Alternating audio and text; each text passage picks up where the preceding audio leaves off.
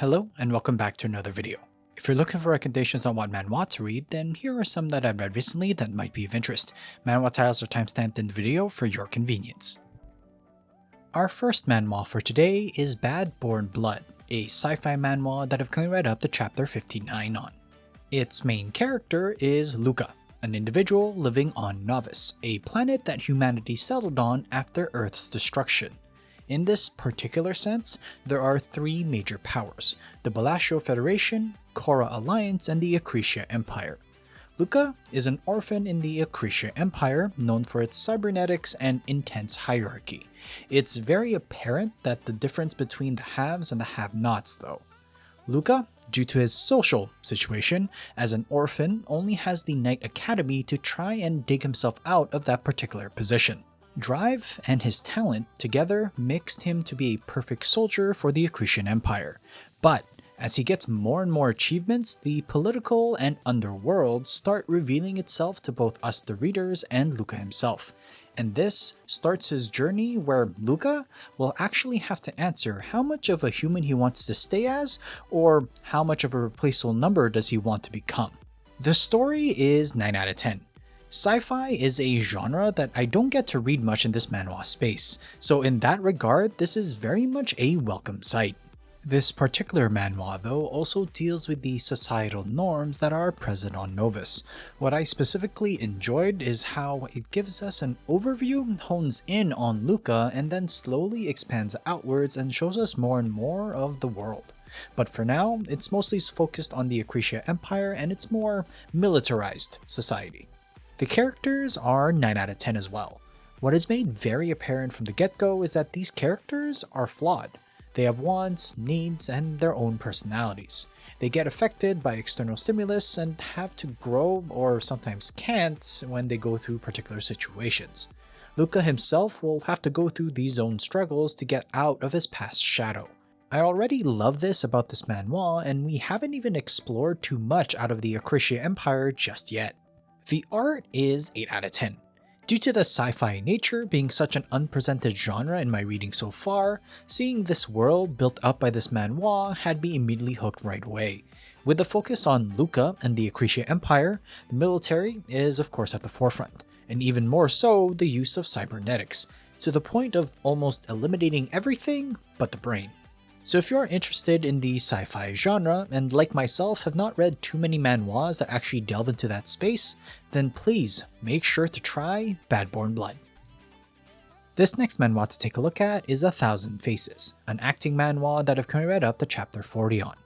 The protagonist is Han Jun-woo, an orphan who by chance and coincidence showcases his ability and talent to a conman, who takes Jun-woo under his wing and becomes his adoptive father. Glad to be off the streets and also utilize those exact talents to be of benefit to both himself and his new family, Jun-woo lived this way for quite a long time, to the point that he was brought down for his criminal acts alongside his father. And just as he closed his eyes and somewhat accepted this fate, he wakes up back in the past, but already with his new family.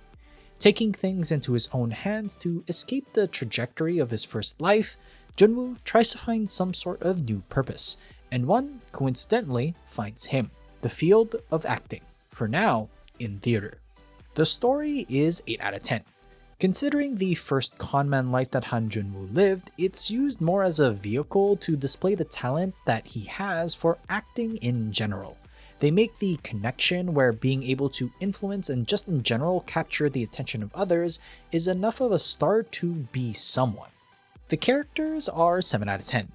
With that talent and presence of his, Jun-woo is clearly quite talented in that area, having it originally but also honing it for his first time in his life as a conman.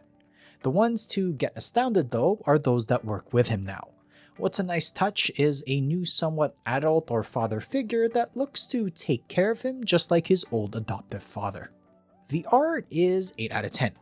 Variety is the spice of any acting manhwa, and considering this manhwa only has 40 chapters I've read so far, it already has a nice set of differing gigs that Jun-woo goes through.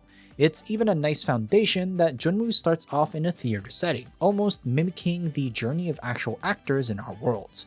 And like actors in showbiz, Jun-woo starts it off in this theater setting.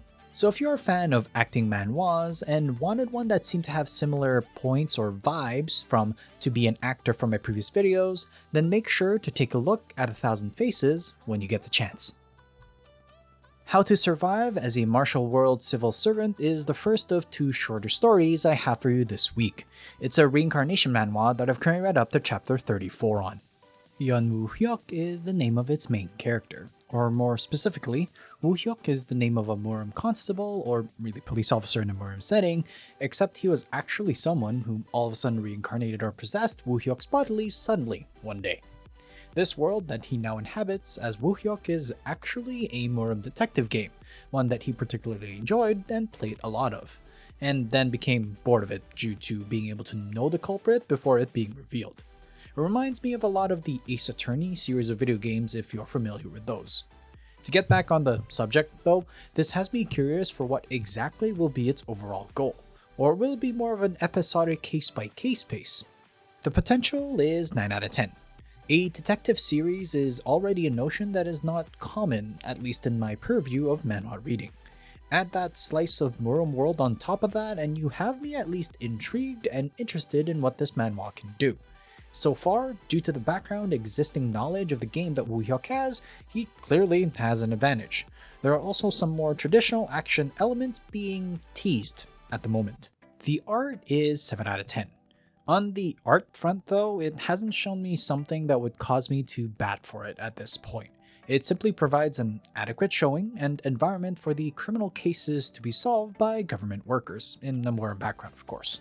If Woo-hyuk does get some more action in him, then there might be just some more to this title yet.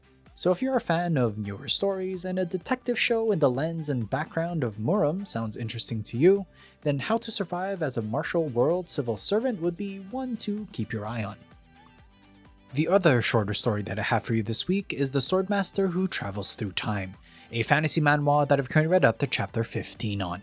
The focus of this plot is on Ranson Van Roa, the heir to a ruined kingdom that escaped with his people to a foreign land and became servants or disposable father to the count that ruled this land they now called home, for now.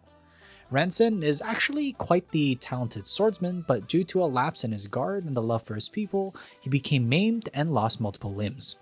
This started their people's slow decline, that is, until a fateful event concerning family heirlooms of the Van Roa kingdom, causing Ranson to travel back in time.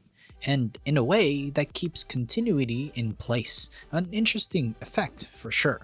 I'm certainly ready for an actual time travel story. The potential is 8 out of 10. A proper time travel story is a refreshing sight to see. We see a lot of regression or reincarnation ones, but stories that actually have the main character time travel to another period then come back to his original timeline is definitely not normal occurrence in manhwa. With an overarching goal to help define the direction, there might just be something here. The art is 7 out of 10. Time travel of course has butterfly effects to think about. Considering the timeline though, actions seem to affect his own timeline, but there's just a lot of time in between to make things believable to an extent. But it keeps things open to possibilities of course, as it's only been 15 chapters. Oh, actually, there's also a sufficient action considering Ranson's background and abilities. So if you're a fan of newer stories and enjoy fantasy manhwas and the concept of actual time travel plot interests you, then the Swordmaster Who Travels Through Time has some promise that could prove fruitful later on. Welcome to the highlight portion of today's video. Our highlight today is The Divine Surgeon, which I've now read up to chapter 177 on. Info card description will have links to my original opinion. Please note, I do apologize if I mispronounce any of these names. As a quick reminder, our main character, Dr. Han Jin-soo, found himself reincarnated as Hwabu in the era of Romance of the Three Kingdoms, a popular period in Chinese history that is romanticized in said novel. Of course, he still wants to provide care to people, as his doctor calling wants to, but he doesn't realize that he becomes the somewhat famed but mysterious Hwatuo doctor in that time period. Finding purpose now in this life, he lives through the Yellow Turban Rebellion and has seen the fall of Dongzhuo. He even gets entangled with the life of Lu Bu to the turmoil that happened after his betrayal of Dongzhuo. Even throughout all of this though, Hwatuo is able to amass a small, elite, and loyal force of his own that he can mobilize He also gets married and also trains medical disciples to increase the hands that are possible to treat those injured everywhere. My previous scores for this manhwa were 8 out of 10 for story and characters and 9 out of 10 for art. The story stays the same at 8 out of 10 as it keeps the same vibe, pacing, and overall plot from my previous impressions. If you know anything about Romance of the Three Kingdoms, then it will continue to be a nice treat for you. The characters go up to 9 out of 10 as Hwabu, of course, as a main character is developed extensively actually, but once that's finished, considering this is over 150 chapters long at this point, the other main characters of the romance, such as Tao Tao, Liu Bei, Lu Bu, Gong Junzan, Yuan Shou, are all here and have varying amounts of exposure. Of course, this is not the full list of them. Lu Bu is the current focus factor though of all of these factions, and some actions taken by other parties make things kick off, and even Hwato is pissed, which is not a normal sight to see either. Which leaves the art, which stays the same at 9 out of 10. If you're familiar with the romance, then you know all of the main characters that are not Hwabu. In this case, their various depictions are in my opinion quite good and enjoyable to experience. Of course, since the focus, at least currently due to Hwabu's actions, are focused on Cao Cao, sees more of the events a little bit more closer to home for him and not necessarily to some of the other ones, although we get to see some more of that as well. As a Three Kingdoms fan in general, I have very much enjoyed my time reading through The Divine Surgeon. It's not something that all readers can go through, considering it is a very slow burn and quite dry in some places. But if you enjoy the time period, the romance, and that in general, it's definitely worth a read for sure. Would you agree or would you not? Comment down below your thoughts on The Divine Surgeon. Thanks so much for watching. Please like and subscribe if you enjoy the content. Write down in the comment section down below what manhwa you've been reading and I might just take a look. Till next time though, have a good read.